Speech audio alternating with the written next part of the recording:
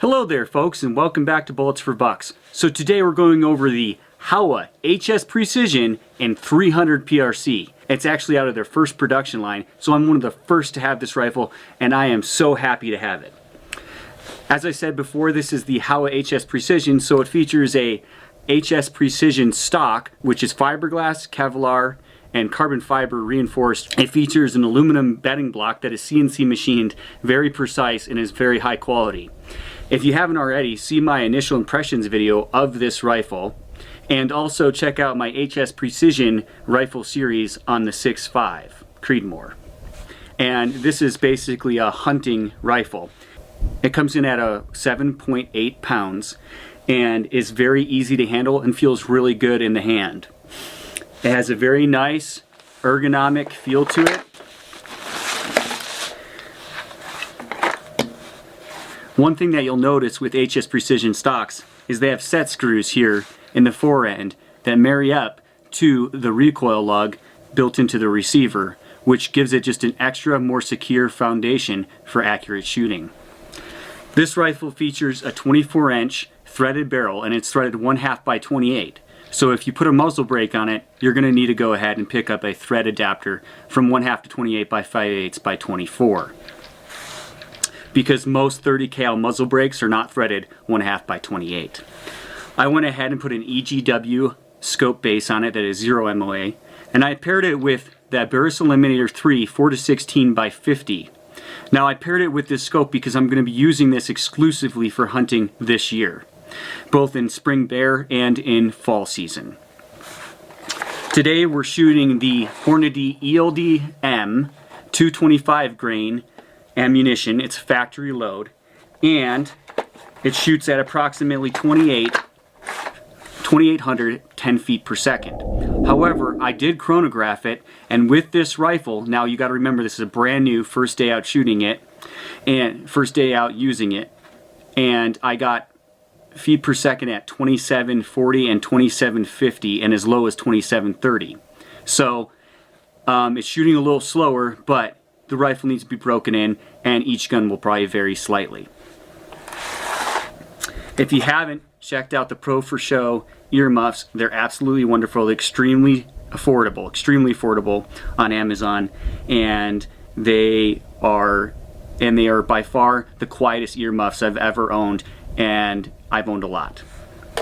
Also, the True Recoil gun oil works great.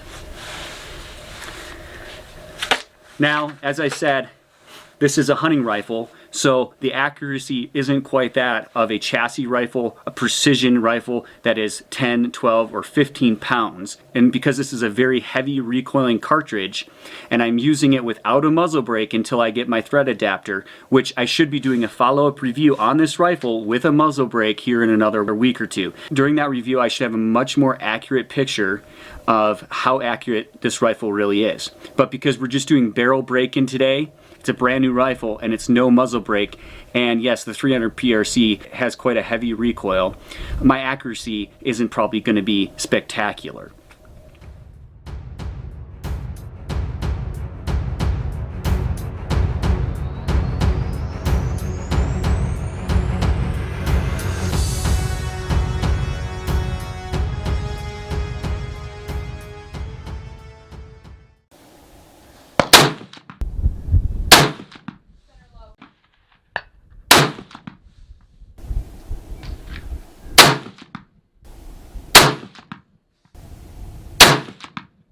Last one, or? One more. I'm putting the rubber.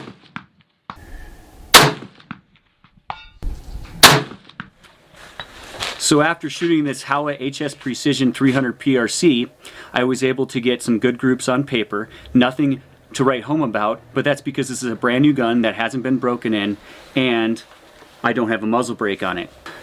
Now, what I noticed after shooting approximately 25 rounds through this gun is that the recoil isn't actually that sharp, and it's not really painful at all.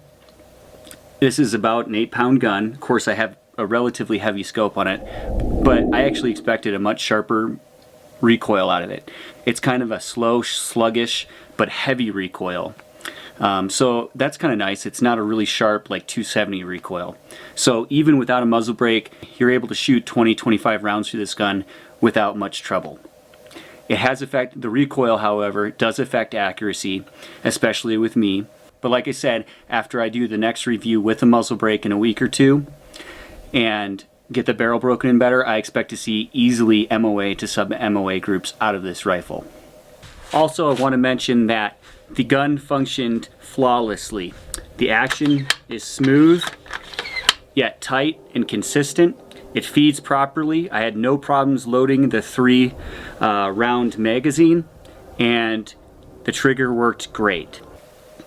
I hope you guys enjoyed the review. Remember to like and subscribe below, and I look forward to hearing back from you guys in the future.